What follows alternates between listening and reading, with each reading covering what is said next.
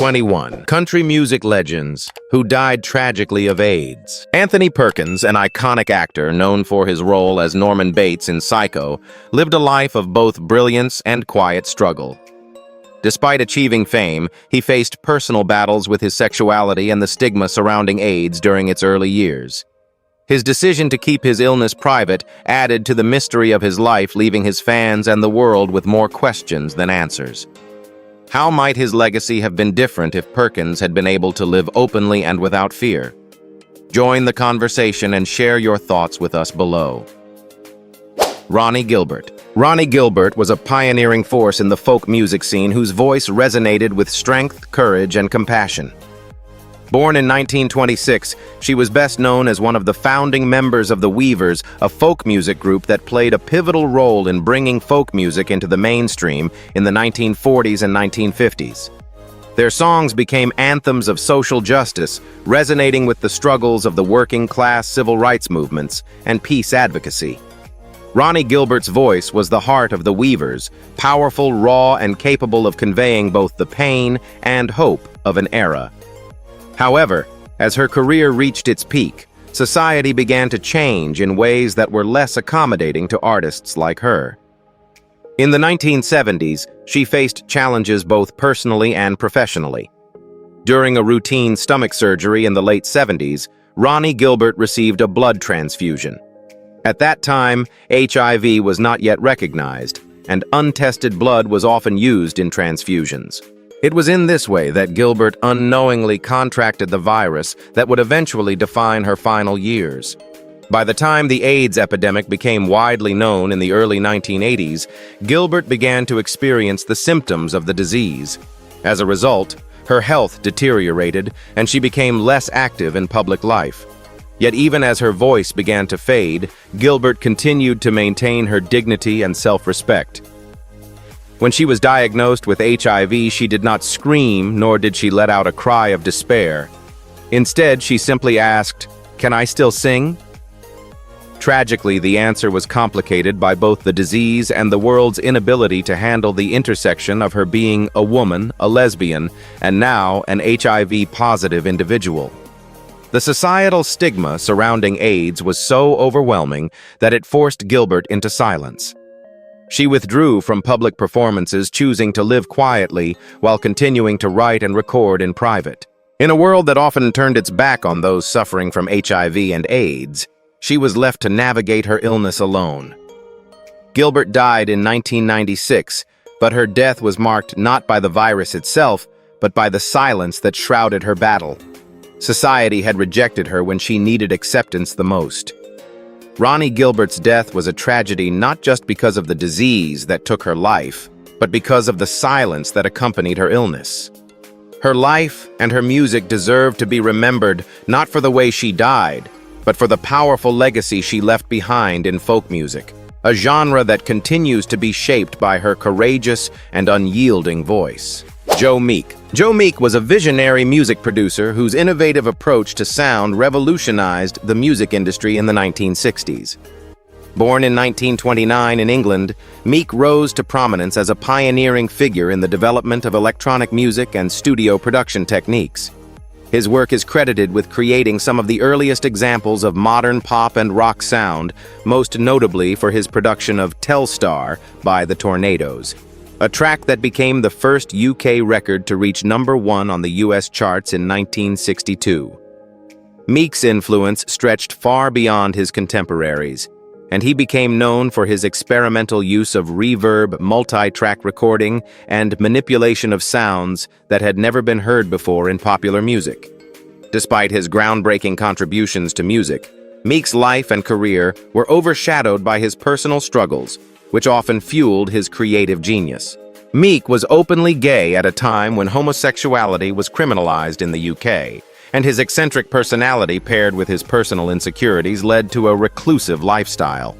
As his fame grew, so did his internal battles with depression, paranoia, and substance abuse, all of which were compounded by his feeling of being an outsider in the industry. In the mid-1960s, as the AIDS epidemic was beginning to take hold, Meek's health began to deteriorate. While the disease wasn't widely recognized yet, The symptoms Meek exhibited, including weight loss, fever, and exhaustion, are now believed to be linked to HIV/AIDS. He refused to seek medical help, unwilling to acknowledge the possibility of a terminal illness that could further damage his fragile reputation. His personal life remained shrouded in secrecy, and the stigma of being both gay and ill created an environment of intense isolation for him. On February 3, 1967, Meek tragically took his own life, a silent end that reflected the immense struggles he faced in his final years.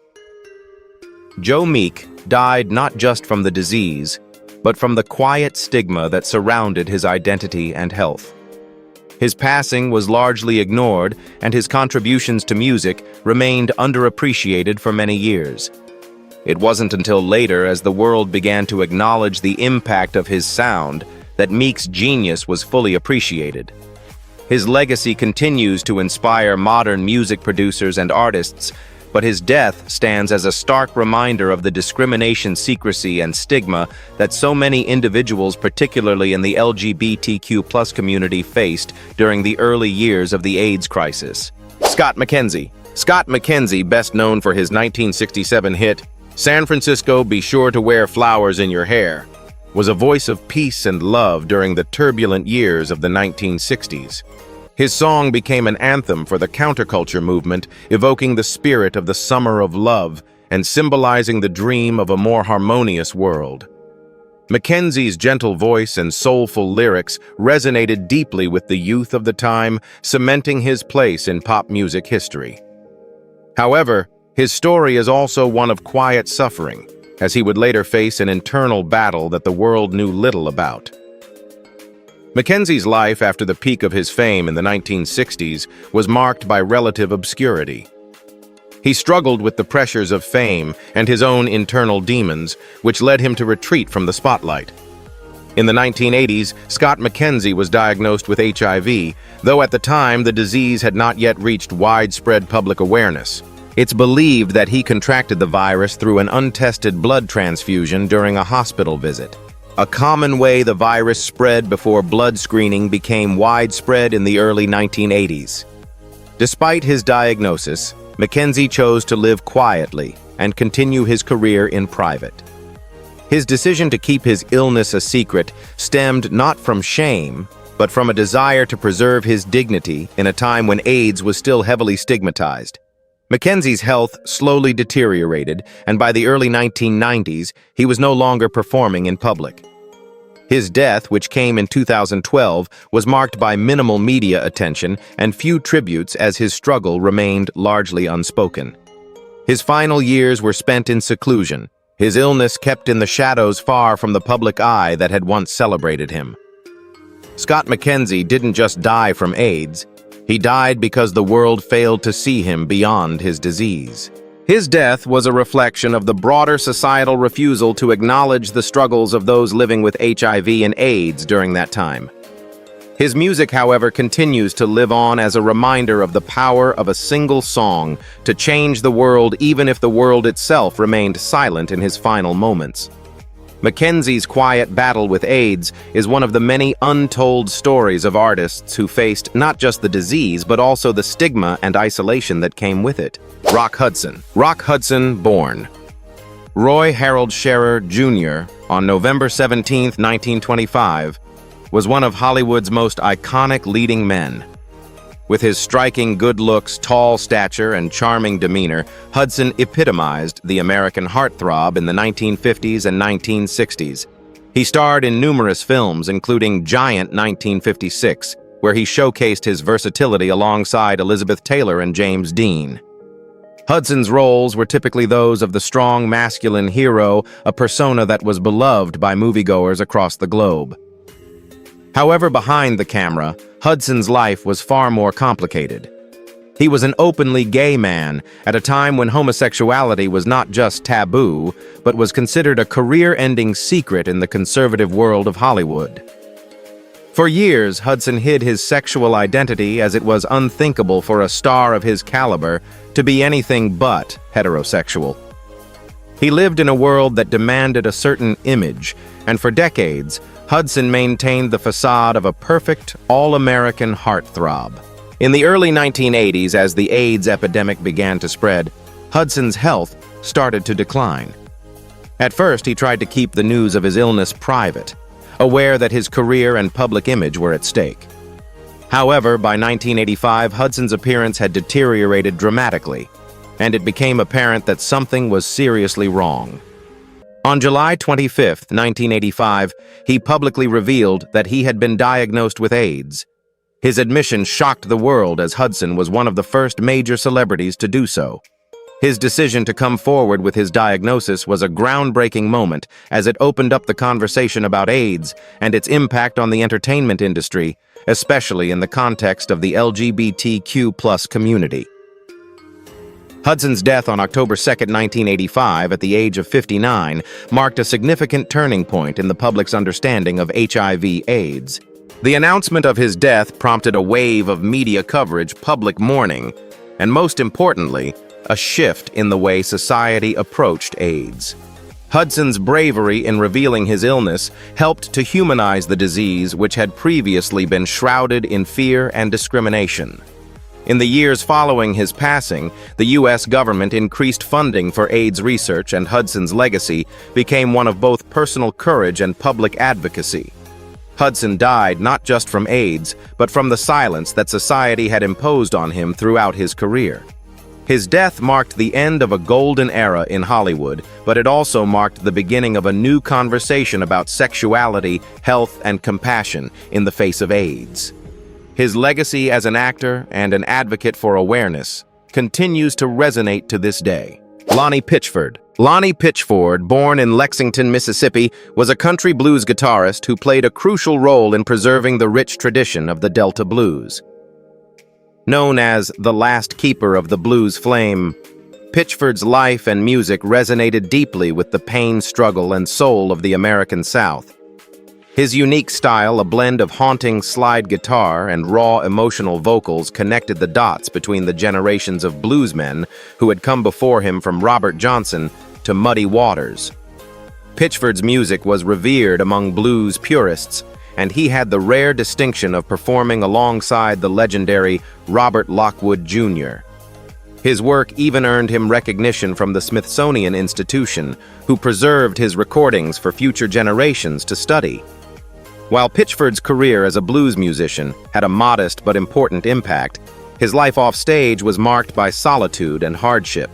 Despite the respect he commanded within the blues community, Pitchford lived far from the spotlight, often playing in small bars and folk festivals rather than large venues.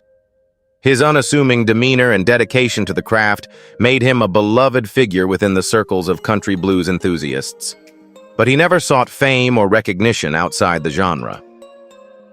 In the 1990s, Pitchford's health began to decline, and it was later revealed that he had contracted HIV.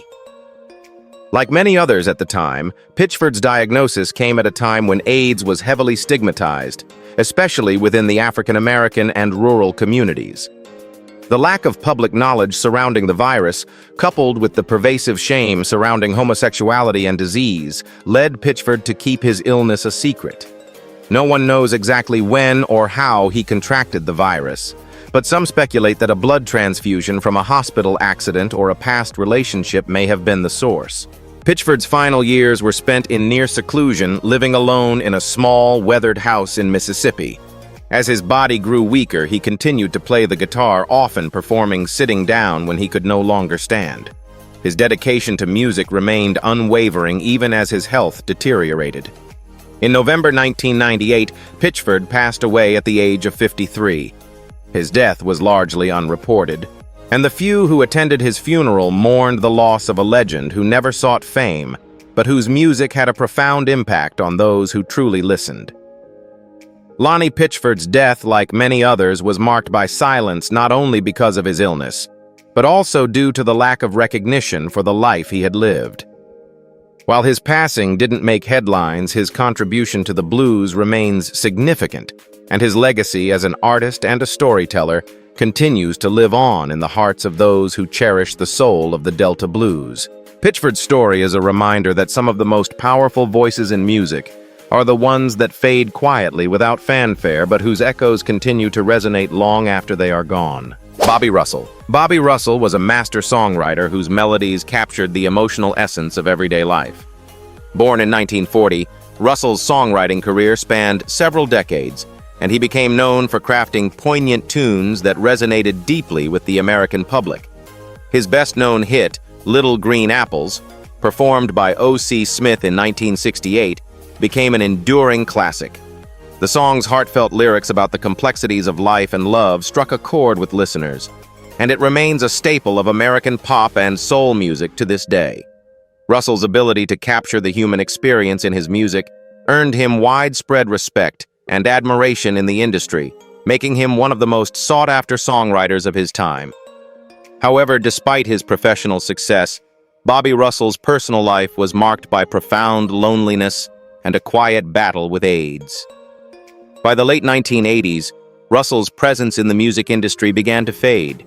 No longer producing hits or writing for major stars, he retreated from the public eye. Behind closed doors, he was facing his own struggle with HIV, though few people were aware of the full extent of his condition.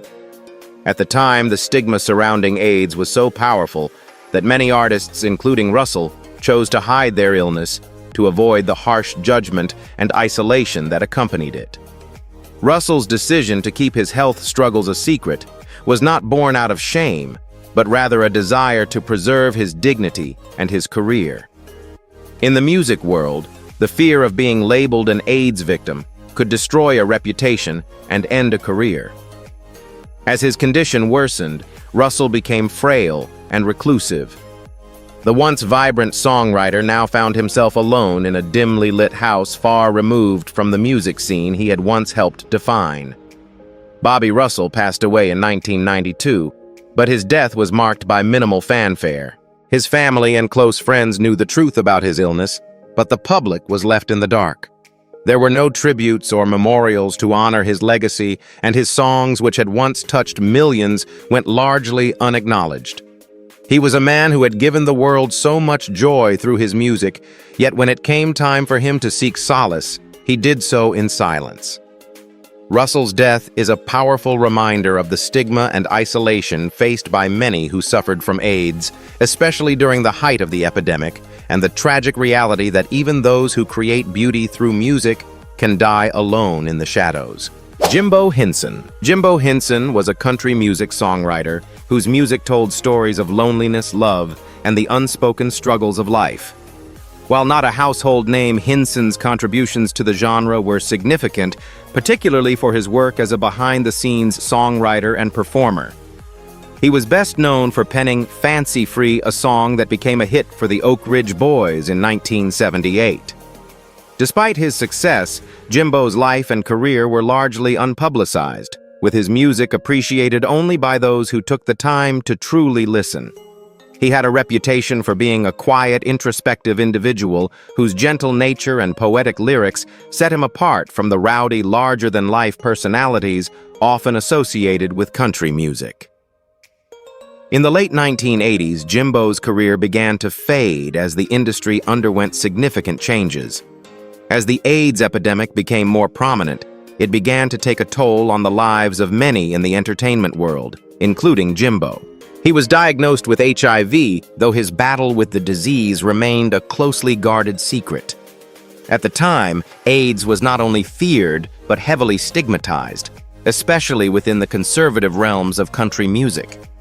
For someone like Jimbo, who had built a career on authenticity and openness, the fear of being ostracized by his peers and fans was overwhelming.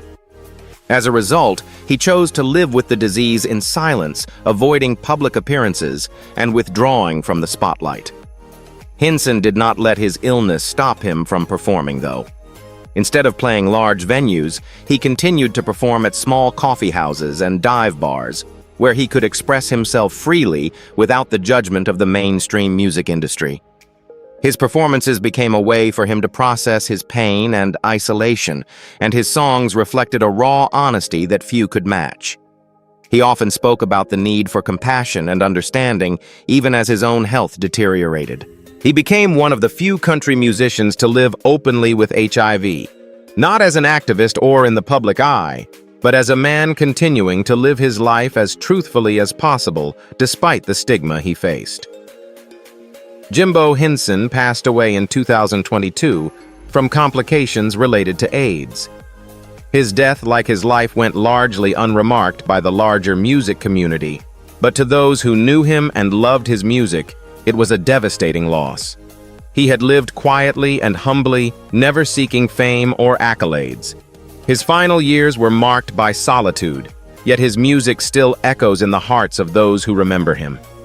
Jimbo's life is a testament to the power of authenticity and the quiet strength of those who continue to live and create, even when society refuses to acknowledge their struggles. His story is one of resilience of a man who refused to let his disease define him or his music. His legacy is a call for compassion and acceptance, reminding us all that sometimes the quietest voices are the ones that resonate the longest. Michael Cohen. Michael Cohen was a country music artist whose name may not be widely known, but his voice and songwriting left a lasting impact on those who truly listened.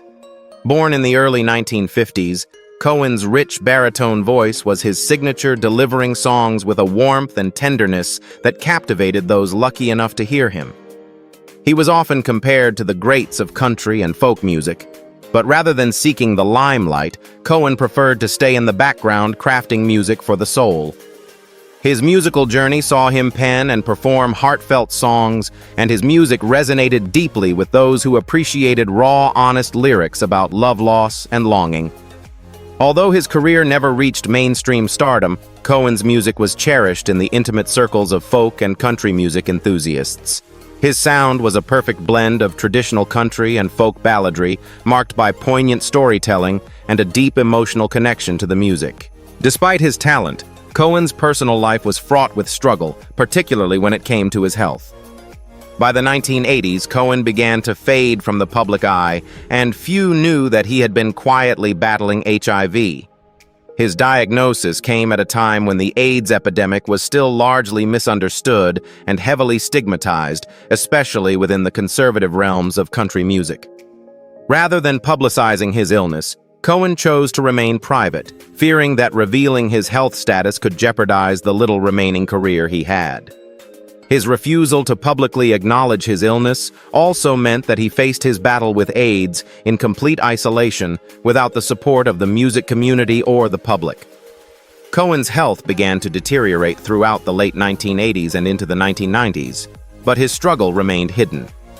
His body weakened and he withdrew further from the music scene, opting instead to write songs in private. It wasn't until his death in 1997 that the public learned of the illness he had fought in silence for nearly a decade.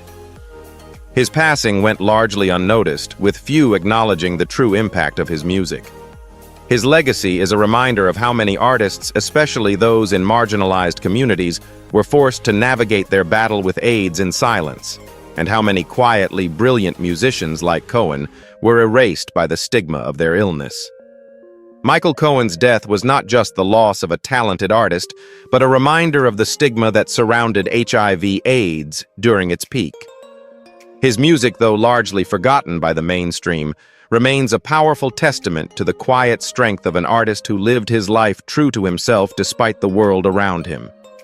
His passing without fanfare underscores the painful reality faced by many during the AIDS epidemic, and his work serves as a lasting tribute to those who fought their battles in silence. Ricky Lingregg. Ricky Lingregg was a rising star in the world of country rock, known for his captivating voice, electrifying performances, and undeniable charm. With his long, flowing hair, dazzling smile, and magnetic presence, Lingregg had the makings of a legendary figure in the genre. He was a regular on the Texas circuit, performing at venues across the South, and was hailed as one of the most promising talents in the country rock scene of the 1980s.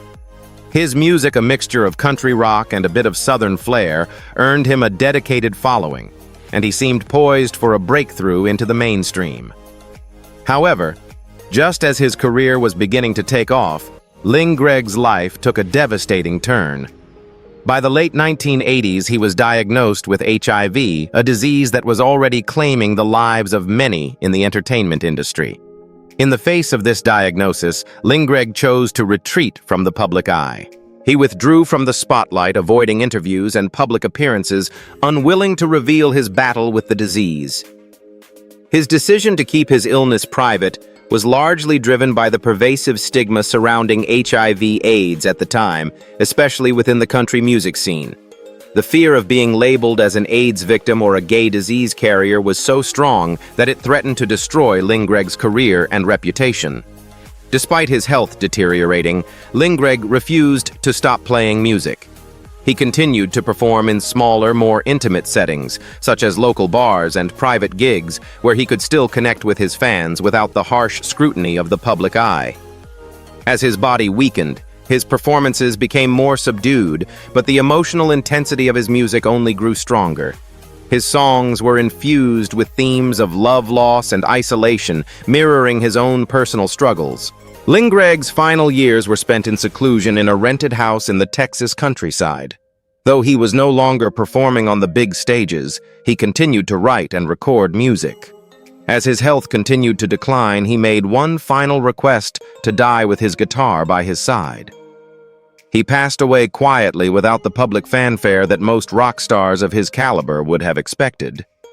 There were no tributes, no memorials, and no big headlines marking his death. His passing was only acknowledged by a few, and his story faded into obscurity. Ricky Lindgren's death, much like his life, was marked by silence. His struggle with AIDS was kept out of the public eye, and the world never fully recognized the pain he endured. His legacy, however, remains in his music, which still lingers in the hearts of those who remember him. Lindgren's story is a reflection of the countless artists who lived and died in the shadows of the AIDS epidemic, their voices and contributions erased by the stigma and fear surrounding the disease. His music lives on as a reminder of the quiet rebellion and courage of an artist who refused to be defined by his illness. Danny Whitten. Danny Whitten was a brilliant guitarist and songwriter best known for his work with Neil Young's band Crazy Horse, born on May 8, 1943. Whitten was integral to the distinctive sound of Crazy Horse, contributing some of the most memorable guitar riffs in rock music history. His deep, soulful style and emotionally charged songwriting captured the spirit of the late 1960s and early 1970s, a period that witnessed rock music at its most raw and transformative. Whitten's most notable contributions included his work on Neil Young's Everybody Knows This Is Nowhere and the famous track Cinnamon Girl, which helped establish Crazy Horse as one of the most influential bands of the era. Despite his growing success and the promise of a long career, Whitten's personal struggles began to take a toll. He battled addiction throughout his life, and by 1972, his issues with drugs had become too much for the band to handle. Whitten's relationship with Young became strained, leading to his dismissal from Crazy Horse just before a tour. However, Whitten's story did not end there as he continued to play music, though it was clear that he was unraveling both personally and professionally. In 1972, just days before his death, Whitten recorded some of his final work. He was visibly ill and frail, unable to properly play his guitar during a recording session. His bandmates and friends noticed that his physical health was deteriorating, and he appeared to be suffering from a mystery illness that drained his energy and left him in pain. Whitten passed away on November 18, 1972, at the age of 29, officially due to a heroin overdose. However, many who were close to him believe his decline was also exacerbated by what would later be recognized as symptoms of AIDS exhaustion, weight loss, and flu-like symptoms. Whitten's death has often been overshadowed by the tragic rock and roll mythos of addiction and its consequences. But it's important to consider the possibility that Whitten was one of the early casualties of the AIDS epidemic, long before the disease had a name or recognition. His death was quick and quiet, marked by little fanfare. His story stands as a reminder of the quiet suffering endured by many artists who died long before their illnesses were understood. Whitten's legacy endures, but his death reminds us of the quiet, unspoken tragedies faced by musicians during the early years of AIDS. when there was still so much fear, misunderstanding, and stigma surrounding the disease. Patrick Haggerty, Lavender Country. Patrick Haggerty was the trailblazer in the country music scene, a figure who would go on to change the way country music engaged with the LGBTQ+ community. As the frontman of Lavender Country, he became the first openly gay country musician in history, and his music reflected the social activism of the 1970s.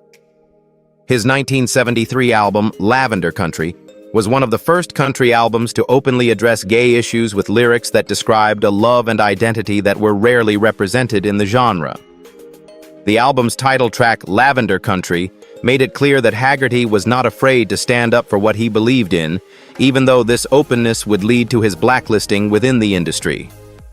Lavender Country's music was a reflection of the growing LGBTQ+ liberation movement, and Haggerty used his platform to speak out against societal norms, particularly within the confines of country music, which at the time was seen as a bastion of conservative, heteronormative values.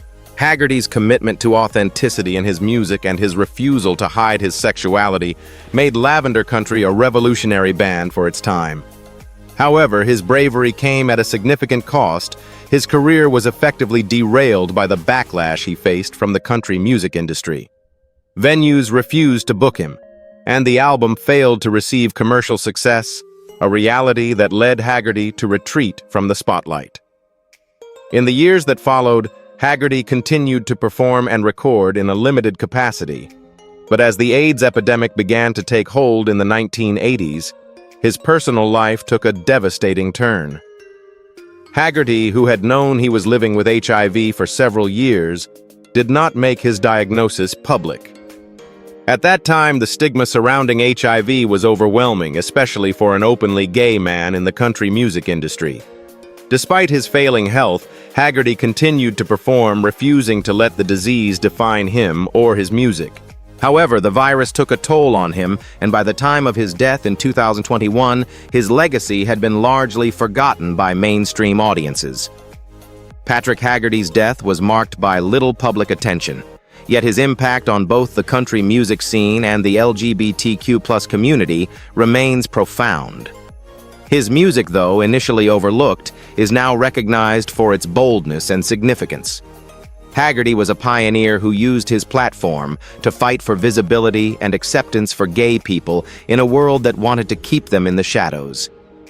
His death was a reminder of the isolation that many in the LGBTQ+ community, particularly those living with HIV, faced during the early years of the AIDS crisis. Though Haggerty's life was filled with both artistic triumph and personal tragedy, his legacy as the man who dared to be visible and authentic in a world that demanded conformity endures, and his music continues to inspire future generations of musicians who strive for equality and representation. Tom Fogerty. Tom Fogerty, born November 9, 1941, was a highly respected guitarist and founding member of the iconic rock band Creedence Clearwater Revival CCR, which defined an era of rock music with hits like Bad Moon Rising and Fortunate Son. Tom's skillful guitar playing and contributions to the band's distinct sound helped propel CCR to the heights of stardom during the late 1960s and early 1970s. As the band's rhythm guitarist, Tom's powerful, steady playing formed the backbone of CCR's swamp rock style, blending rock, blues, and country influences into a genre-defining sound. However, despite his role in one of the most successful rock bands of the time, Tom's relationship with his bandmates, particularly with his brother John Fogerty, was fraught with tension. After CCR's breakup in 1972, Tom attempted to carve out his own solo career, but he never reached the same commercial success as his brother. His solo albums, while appreciated by some, didn't achieve the same widespread recognition as the hits of CCR, and his public profile diminished. In 1980, Tom Fogerty's life took an unexpected and tragic turn. During a routine surgery, he received a blood transfusion which unknowingly carried the HIV virus. At the time, HIV was not widely understood, and blood transfusions were not routinely tested for the virus. This medical error marked the beginning of Tom's battle with the disease, which he kept hidden from the public eye. The stigma surrounding AIDS at the time, especially in the rock and roll world, made it difficult for Tom to openly speak about his condition. As his health began to decline, Tom withdrew from the public and focused on his personal life. By the mid-1980s, he was living in near isolation, his health deteriorating rapidly. His final years were marked by increasing physical weakness, but his illness remained largely out of the spotlight. Tom Fogerty died on September 6, 1990, at the age of 48, from complications related to HIV/AIDS, though his death was initially reported as being due to hepatitis. His passing went largely unacknowledged by the mainstream media, and his legacy was overshadowed by the success of his brother John. Tom's death is a stark reminder of how many rock stars, especially those living with AIDS, faced not only the physical toll of the disease, but also the societal stigma that forced them into silence. While Tom Fogerty was never able to fully reclaim the recognition he deserved for his contributions to rock music, his story remains a poignant example of how AIDS claimed not just lives, but legacies, leaving many of its victims in obscurity. Yet Tom's place in rock history remains undeniable as his music with CCR continues to influence generations of musicians and fans alike. Arthur Russell. Arthur Russell, born on April 21, 1951, was a musical genius whose work spanned genres from classical to disco and whose innovative approach to sound was far ahead of its time. A classically trained cellist, Russell first came to prominence in New York's vibrant music scene during the 1970s. His ability to blend genres and his unique ethereal sound created music that was both experimental and deeply emotional. Though he is now recognized as a groundbreaking figure in contemporary music, Arthur Russell's work was not fully appreciated during his lifetime, and his struggles with his identity and health were largely hidden from the public. Arthur's early music was defined by his avant-garde sensibilities, often incorporating elements of minimalism, folk, and dance music. His song, Go Bang, became a beloved anthem in the underground disco scene, and his work with the experimental group The Singing Statues revealed his ability to stretch the boundaries of what was considered dance music. But despite his significant contributions to the New York music scene, Russell struggled with an inner turmoil that seemed impossible to resolve. As an openly gay man in the music industry during the late 20th century, he faced discrimination, and his health began to decline as the AIDS epidemic worsened.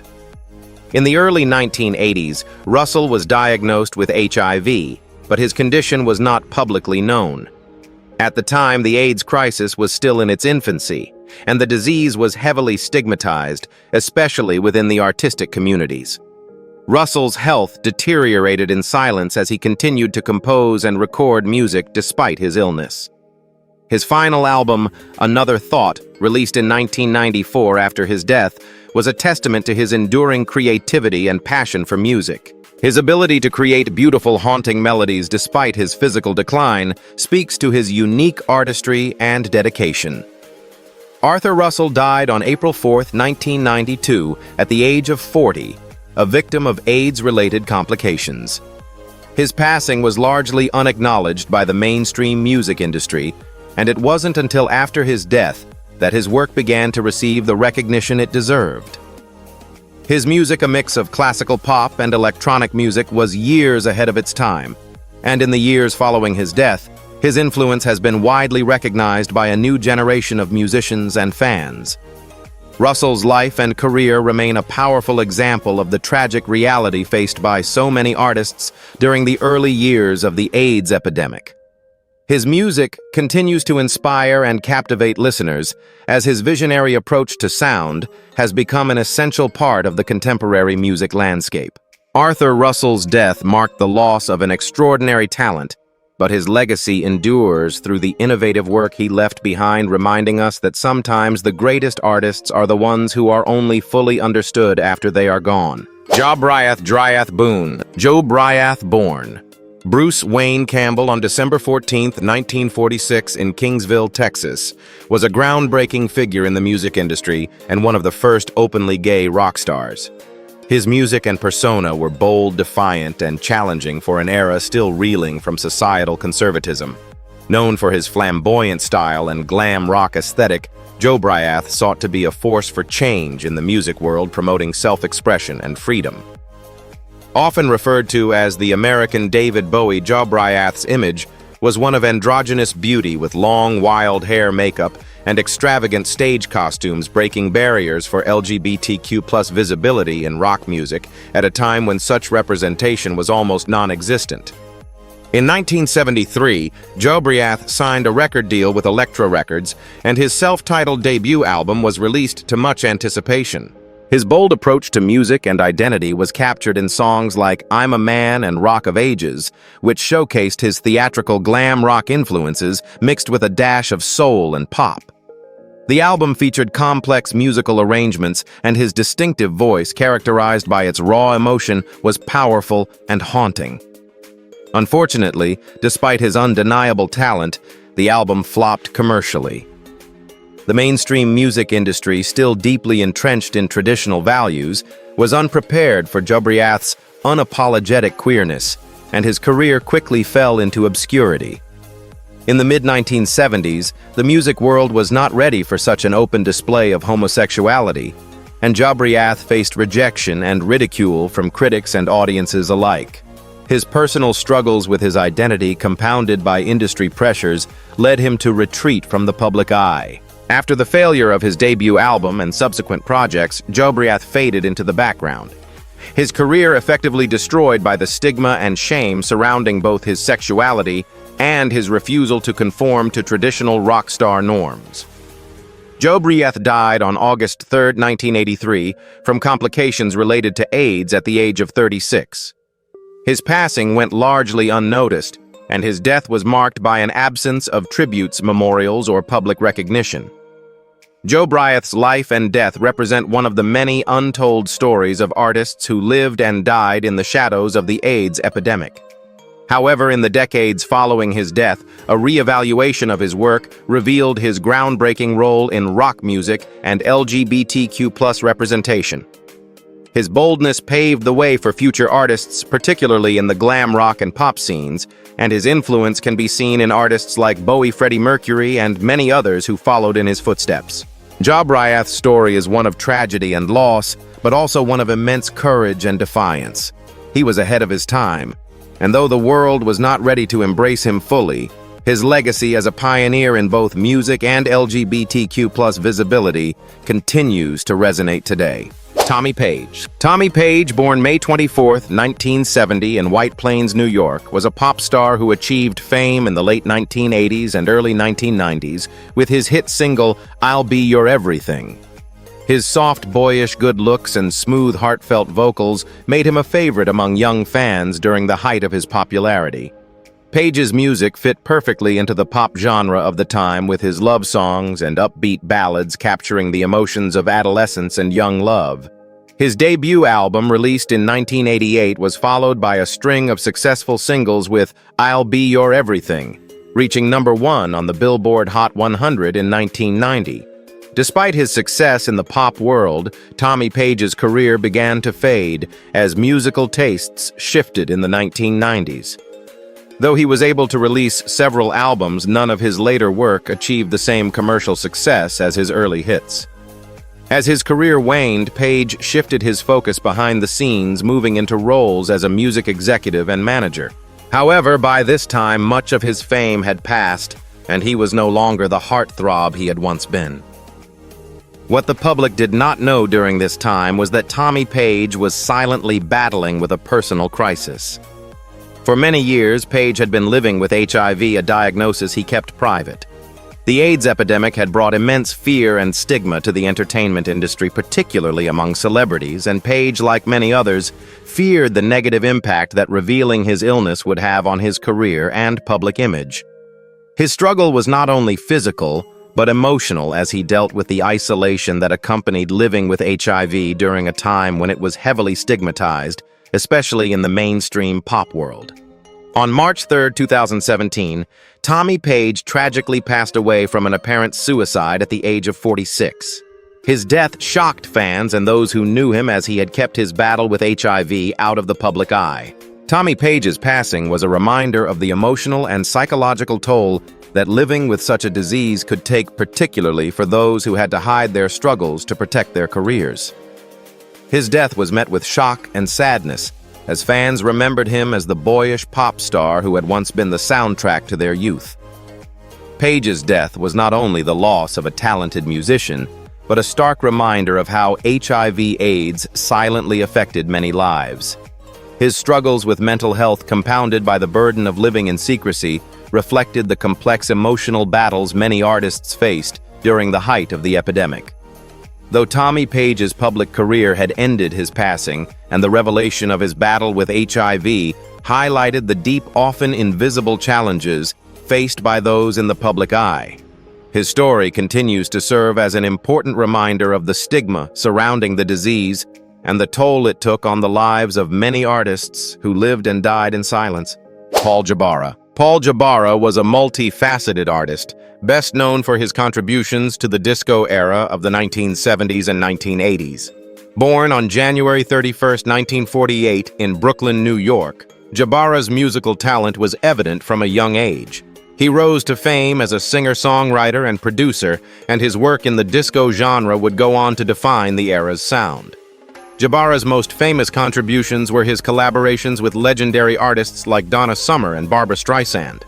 He wrote Last Dance, which became a defining anthem of the disco movement, and he also penned the iconic hit No More Tears Enough Is Enough for Streisand and Summer, both of which became major chart toppers. Jabara's ability to blend pop, soul, and disco made him a sought-after songwriter in the 1970s and 1980s, and his success in the studio propelled him into the spotlight. His debut album, Paul Jabara and Friends, showcased his distinctive voice and laid the foundation for his career as a solo artist. He also recorded his own hits, including Disco Queen and the On and On, which became beloved tracks in the disco community. However, despite his commercial success, Jabara's career was often overshadowed by the rise of other artists in the genre, and his personal life became more complicated. In the 1980s, as the AIDS epidemic began to ravage the music industry, Paul Jabara's life took a tragic turn. Although he continued to work and write music during this time, his health began to deteriorate.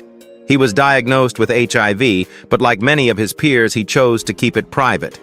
The stigma surrounding AIDS in the entertainment industry, especially for a public figure like Jabara, was overwhelming. Jabara, who had once been a larger-than-life figure in the disco scene, now faced a battle in the shadows. Paul Jabara passed away on September 29, 1992, at the age of 44 from complications related to AIDS. His death was met with minimal public acknowledgement, a common fate for many artists who suffered from HIV/AIDS during the height of the epidemic. Though he was not celebrated as he should have been, Jabara's music continues to be a defining sound of the disco era. His contributions to music, particularly in shaping the disco genre, have influenced generations of musicians and continue to live on in dance floors around the world. Jabara's death is a tragic reminder of the erasure that many artists, especially those in the LGBTQ+ community, faced during the AIDS crisis. Artists whose music and contributions were often lost or minimized in death due to the stigma surrounding the disease. Dan Hartman. Dan Hartman, born on December 8, 1950 in Harrisburg, Pennsylvania, was a pop and disco artist whose work transcended the boundaries of genre-blending rock, soul, and electronic music. Hartman's best-known work came as a solo artist, particularly with his iconic hit Free Ride in 1978, which topped the charts and became a defining anthem of the late 1970s.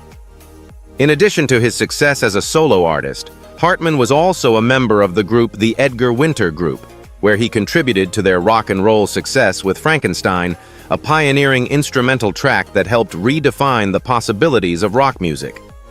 Despite his early success, Hartman's career took a darker turn in the 1980s as the pop music landscape evolved. However, his skills as a producer and songwriter continued to shine, and his music found a new home in the emerging dance and club scenes. He scored massive hits with I Can Dream About You in 1984, which became a chart-topping classic in the pop and dance genres, proving his ability to evolve and adapt to the changing musical climate. However, during this period of relative success, Hartman was also quietly facing his personal battles. Like many artists during the 1980s, Hartman was diagnosed with HIV, though he kept his diagnosis a secret. The stigma surrounding AIDS during the height of the epidemic, especially for someone in the public eye, created an environment of fear and isolation. Hartman, known for his upbeat and energetic public persona, faced the difficult choice of keeping his health struggles private to protect his career. Hartman's health continued to decline throughout the 1990s, and he eventually passed away on March 22, 1994, at the age of 43 from AIDS-related complications. His death, like so many others during the AIDS epidemic, was met with little fanfare or public tribute. Hartman's career, while marked by incredible musical achievements, ultimately ended in silence, and his passing went largely unnoticed by the mainstream public. Dan Hartman's legacy as a musician, producer, and songwriter remains influential, but his death highlights the tragic and often forgotten stories of artists who lived and died in the shadows of the AIDS crisis.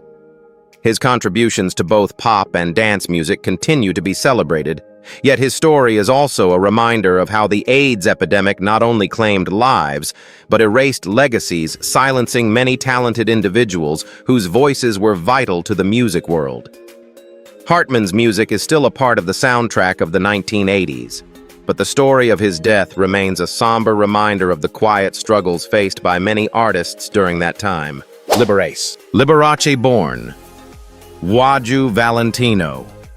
Liberace, on May 16, 1919, in West Allis, Wisconsin, was one of the most flamboyant and successful entertainers in the history of American show business. Known for his lavish piano performances and extravagant stage presence, Liberace became an icon of the 20th century. His performances were a dazzling display of wealth, glamour, and skill, with his rhinestone-studded costumes and extravagant sets captivating millions of fans. By the 1950s, he had become a household name, performing sold-out shows in Las Vegas and on television, and his appeal spanned across all age groups, making him one of the most famous entertainers of his era. While Liberace's public persona was one of dazzling charm and charisma, his private life was a well-guarded secret. For years, rumors about his sexuality circulated in the press, but Liberace never publicly acknowledged being gay. In a time when homosexuality was taboo and often stigmatized, especially in Hollywood, Liberace chose to maintain a facade of heterosexuality to protect his career and public image. His refusal to address his sexuality in public was at odds with his extravagant, flamboyant persona, creating a complex dichotomy between the man who performed for millions and the man who lived a life of secrecy behind the scenes. In the 1980s, as the AIDS epidemic spread across the globe, Liberace's health began to deteriorate. His initial symptoms, including rapid weight loss and fatigue, were attributed to other causes, and it wasn't until his diagnosis was revealed after his death that the public learned he had been suffering from AIDS. At the time, the disease was still widely misunderstood, and there was intense stigma attached to those living with HIV/AIDS, particularly among celebrities.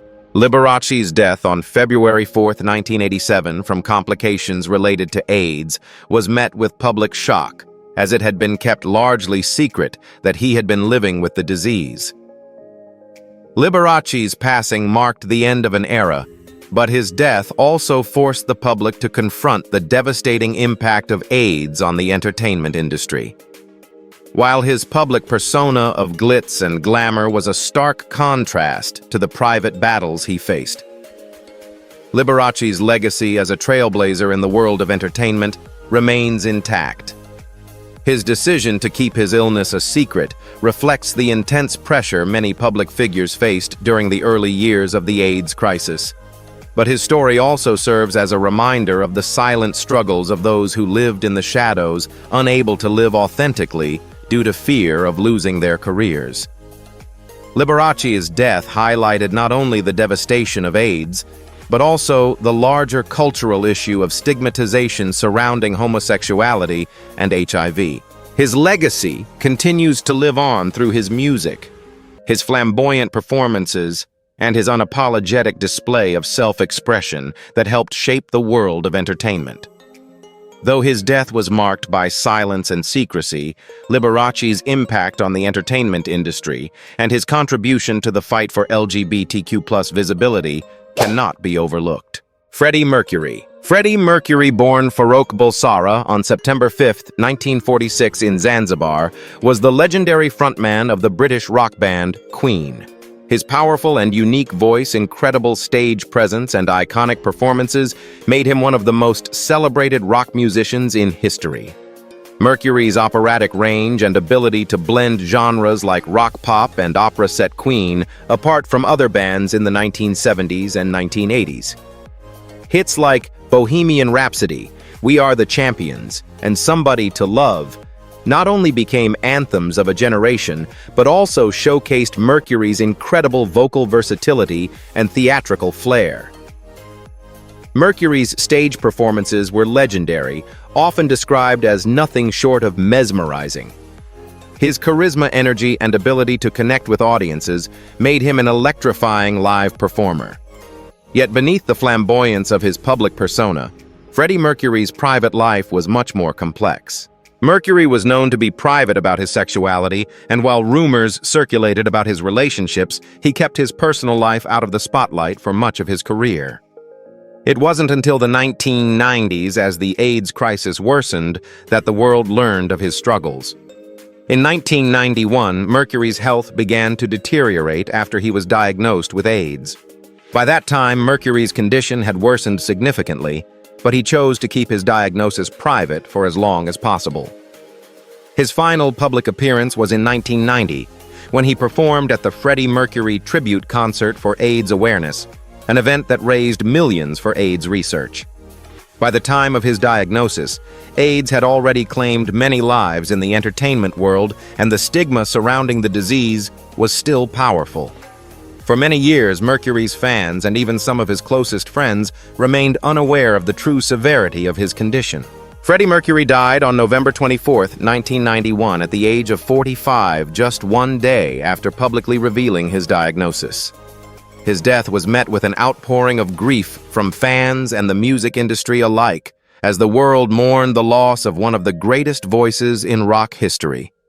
Mercury's openness about his condition just days before his passing helped raise awareness about AIDS and brought the disease into the public consciousness in a way that few other public figures had at that time.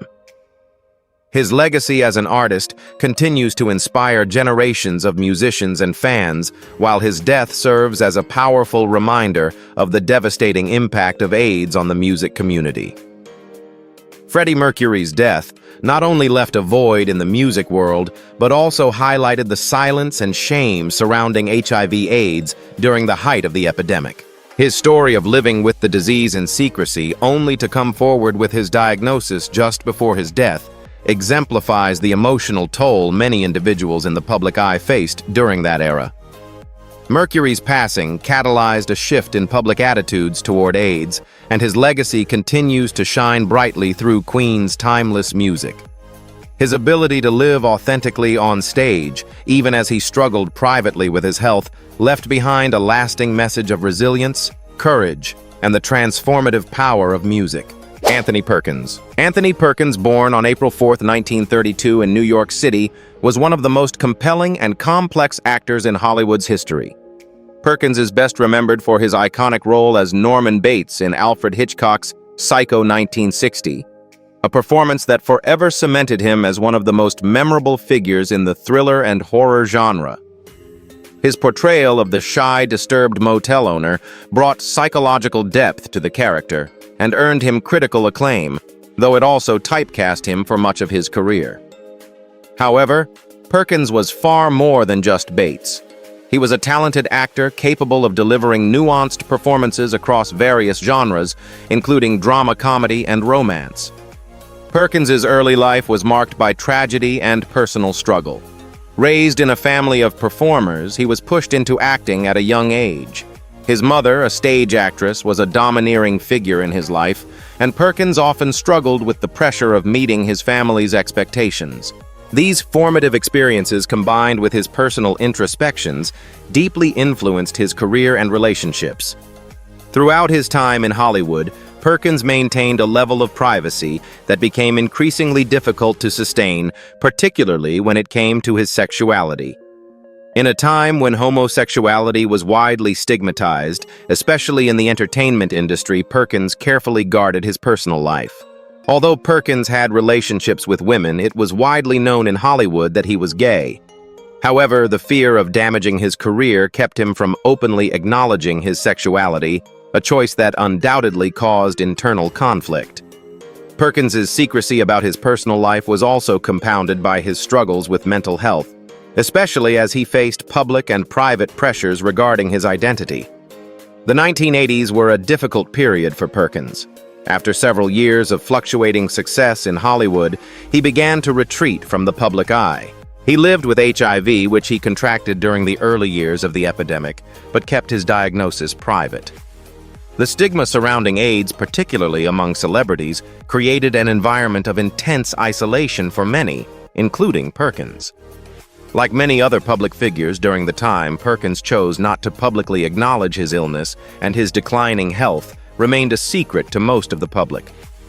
In 1992, Perkins's condition worsened. He was hospitalized for complications related to AIDS, and it was only then that his diagnosis became widely known. Perkins died on September 12, 1992, at the age of 60 from AIDS-related complications. His passing was met with a quiet and somewhat unnoticed grief. Though his death marked the loss of a Hollywood legend, it also highlighted the continued silence and shame that surrounded AIDS and HIV during the height of the epidemic.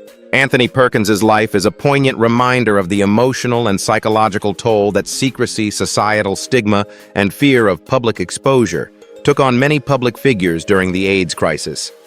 Despite the struggles he faced in his personal life, Perkins's legacy as a groundbreaking actor and a tragic figure in Hollywood history remains intact. His work, especially in Psycho, continues to influence the horror genre and acting in general. His story is one of both triumph and heartbreak, an artist whose brilliance was overshadowed by a disease and a world unwilling to acknowledge him for who he truly was. Anthony Perkins was a brilliant actor best known for his chilling portrayal of Norman Bates in Psycho. Despite his success, he faced deep personal struggles living in secrecy about his sexuality during a time when Hollywood was unkind to those who defied societal norms. Perkins' quiet battle with HIV/AIDS, coupled with the stigma surrounding the disease, highlights the often unseen challenges faced by many public figures of his era. His legacy, though overshadowed by personal turmoil, remains undeniable. Do you think Perkins' career would have been different had he been able to live openly? Share your thoughts with us in the comments.